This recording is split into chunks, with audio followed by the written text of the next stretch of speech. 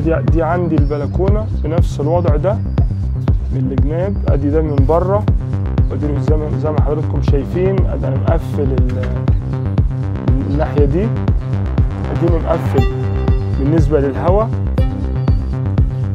وهوريكم برضو اديها كلها مفتوحه. مفتوح الجنب ده بيدخل شمس وبيدخل طبعا هواء. طبعا ساعات دي بتبقى مميزات شديده قوي، طبعا ساعات بالنسبه للعيوب اهو زي ما حضراتكم شايفين. ادي من الجناب اهو، تمام. ادي اهو، وادي ده الحمام اللي في الوش. زي انا قلت لكم، هقول لكم طبعا في الفيديو حل كل الكلام ده ايه عشان اعرف اخد انتاج مظبوط من البلكونه. زي ما احنا شايفين، تمام. زي طبعا ان انا بعد كل ده لما انا مثلا يبقى في هنا القعده مملكه شويه في وسط الحمام. يا مساء الجمال على كل حبايبنا وكل مكان، اتمنى يا رب تكونوا بخير. عايز تربي حمام وما عندكش مكان او عندك مكان ضيق، النهارده هكلمك في حاجات بسيطه تخليك تربي حمام حتى لو في بلكونه او اماكن مفتوحه وتاخد منها احسن انتاج، من غير ما نكلف نفسنا ومن غير ما نضطر ان احنا نبني عشه كبيره فوق السطح او لوفت او حاجات اللي هي مكلفه اليومين دول. خليكم معانا والفيديو النهارده هنستفاد منه. حابب اقول معلومه قبل ما ندخل في موضوع تربيه البلكونه والاماكن المفتوحه. النهارده نزلت اجيب الكلفه، لقيت الفول ارخص من الذره والذره الشامي وارخص من القمح. الفول ب 20 جنيه والحاجات الباقيه 21 و22 و23. فيا ريت بقى نستفاد اليومين دول، نستفاد من التكه دي ونزود نسبه البروتين شويه في الكلفه. واللي عايز زي ما قلنا ياكل صنف واحد ياكل الصنف ويزود عليه نسبه البروتين ممكن توصل للنص.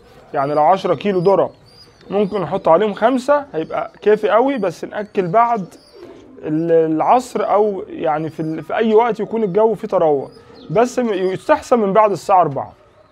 موضوع النهارده على السريع، ازاي اربي حمام في بلكونه واخد منه المميزات بس وما اخدش منه المشاكل اللي بتحصل من الاماكن المفتوحه. رقم واحد، زي ما حضراتكم شايفين انا دي عندي كده، دي بلكونه وبرضو بربي على سطح من غير ما اعمل حاجه كبيره تكون بتلم كل الحمام. فعيوب البلكونه ايه؟ رقم واحد التهويه الزياده، وخصوصا لما تكون وجه بحري زي عندي كده. رقم اتنين الشمس الزياده، لان الشمس من اول يعني عرض البلكونه مثلا عندي 10 متر، فتخيلوا ان 10 متر دي والشمس على طول مفيش حاجه مبنيه قدامها اهو. فالشمس من اول ما الساعه 6 الصبح بتلاقي في شمس عندي في البلكونه. طيب رقم 3 النظافه.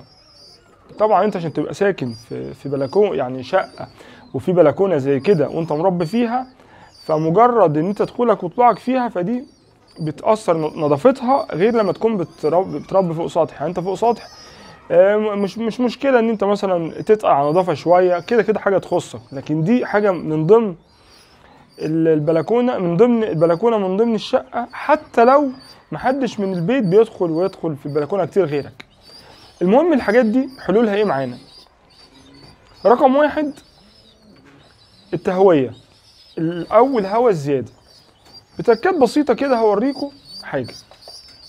انا باجي مثلا دلوقتي، انا مش هقول يعني ممكن اعمل ستاره واقفل كل ده، بس انا واحد من الناس بتضايق من الستاره خصوصا في الشتاء، عشان خاطر طول الوقت احرك فيها يمين وشمال وعايز افتح هنا ومن هنا، فانا بكبر دماغي سنه.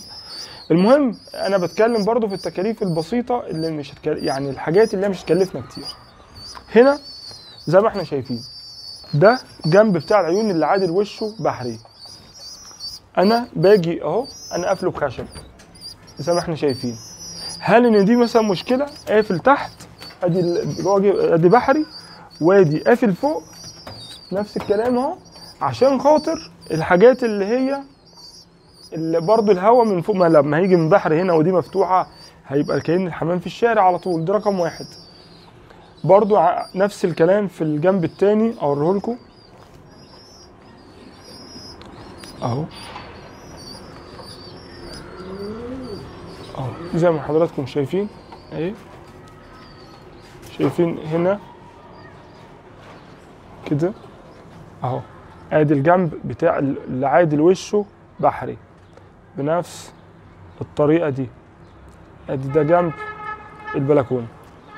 طبعا الحمام كله ده بتاعنا اللي انتوا عارفينه اهو. تمام. دي نقطه. حاجه تاني برضو اهي هنا، دي جنب عيون في الوش على طول. حد هيقول لي طب انت بتقفل وجه بحري والحاجات اللي هي زي كده دي بعمل فيها ايه؟ حاجه بسيطه قوي، يعني عايز اقول لكم مش هتكلفكم 3 جنيه. اوريها لكم دلوقتي. شايفين انا عندي الفوطه الكبيره دي، شايفين اهو، حاجه بسيطه وسهله وبص ما بتكلفش اي حاجه. دي انا باجي لما بلاقي الجو بالليل برد او هوا بروح حاططها على العيون كده، على العيون دي بحطها هنا عشان الهوا. تمام كده. دي رقم واحد. رقم 2 بالنسبه للشمس. الشمس احسن حل ليها بالنسبه للصيف ستاره. ستاره هتبقى احنا ريحنا كده الكلام في الشمس خالص، يعني هنبقى احنا كده كأننا بنكيف المكان. الشمس ستارة، الهواء الزيادة بنقفل الحاجات اللي هي من الجنب دي. حتى لو في ستارة، الستارة برضه ما بتشيلش الهواء من الجناب والكلام ده، واحنا العيون بتاعتنا في الجنب. تبقى الستارة غير الحاجات اللي متقفلة دي، وكلها حاجات مش بفلوس. دي نقطة. تالت نقطة بقى برضه بتاعة النظافة. النظافة حلها واسهل حل فيه، انا البلكونه هنا بدات فيها عيون من عايز اقول لكم من اول الاقفاص بتاعه العصافير الصغيره، وبعد كده بيتكبر سنه، وبعدين عيون خشب. الجنب ده كله ده كان عيون فيه من السقف. اوري لكم برده كانت العيون فيه من السقف هنا ماشي لحد الارض. طبعا انا كان فارق معايا العدد وكده، فكان كل ده عيون، والجنب التاني والجنب ده، وكان لحد هنا. فكانت كل البلكونه كانت عيون، بس كانت مشكلتها بقى في النظافه. العيون كنت بفرش فيها حاجات من تحت وبغيرها، فكنت ليل ونهار يعني مرهق بسبب النظافه. فابتديت ان انا الحل الوحيد اللي لقيته افضل حل في التربيه، وخصوصا بالنسبه للاماكن اللي قريبه من الشقق، العيون اللي بدراج، ادراج النظافه دي اللي هي العيون السلك. العيون السلك رقم واحد صعب العين نفسها تسكن فيها حشرات. غير كده درج النظافة سهل، انا بنضف مثلا كل يومين 3 4 5، بس المهم ان انا بروح رافع الدرج في ثواني، بروح نافضه مثلا في شكارة فاتحها واروح منضفها كده خلاص في ثواني. انا نضفت للحمام وما من غير برضو ما ابقى مرهق، لان الدنيا عندي سهل، يعني الدنيا عندي في الدرج اسهل من العيون الخشب. فبالنسبه للاماكن القريبه مننا نريح دماغنا على طول، نجيب عيون السلك ده عشان تريحنا في النظافه. طيب هنقول برضو العيون المناسبه للاماكن زي البلكونات دي. طبعا بالنسبه للاماكن المفتوحه، لو كانت مثلا سطح ولا حاجه فاعمل براحتك في العيون، وتستحسن العيون الخشب بالنسبه للاماكن المفتوحه بتبقى احسن من العيون السلك، وخصوصا ان هي لما تبقى بعيده عن المسكن بتاعنا او عن الشقق فبتبقى مفيش مشكله ان انا انضف كل اسبوع 10 ايام وسخت تحتيها، مفيش مشاكل، اكنس الدنيا بتبقى سهله.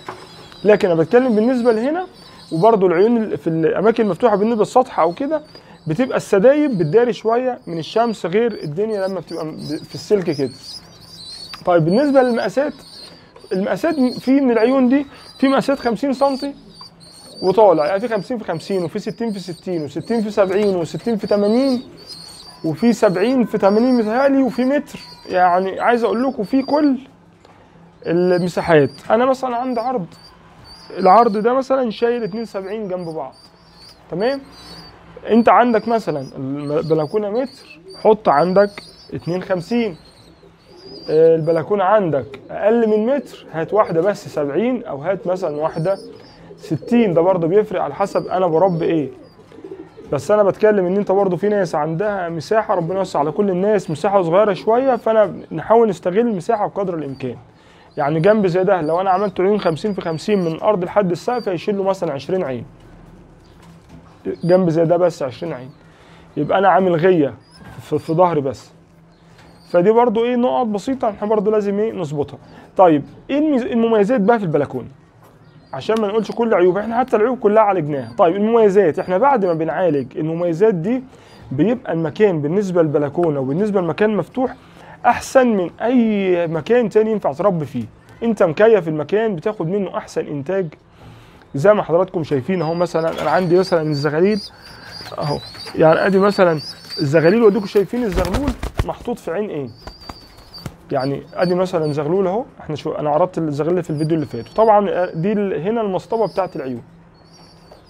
فزي ما احنا شايفين، انا مش لسه مثلا هعرض لكم وهقول انا لسه بجرب في البلكونه، انتوا زي ما انتم شايفين وبتشوفوا الزغاليل اللي بتطلع من هنا عامله ازاي.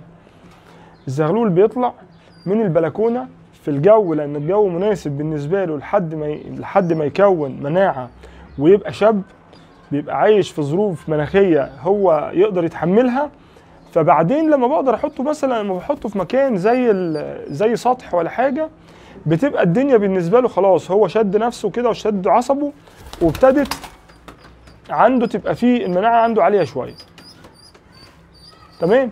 فهو يعني بعد ما بنعمل العيوب دي بتبقى كلها مميزات، اعرف افرخ مظبوط واعرف انتج مظبوط. واللي عنده اي سؤال بالنسبه للتربيه في الاماكن المفتوحه وبالنسبه للعيون برضو يكتبها في التعليقات، وطبعا برد على حضراتكم، بتشرف طبعا برد على حضراتكم على كل التعليقات.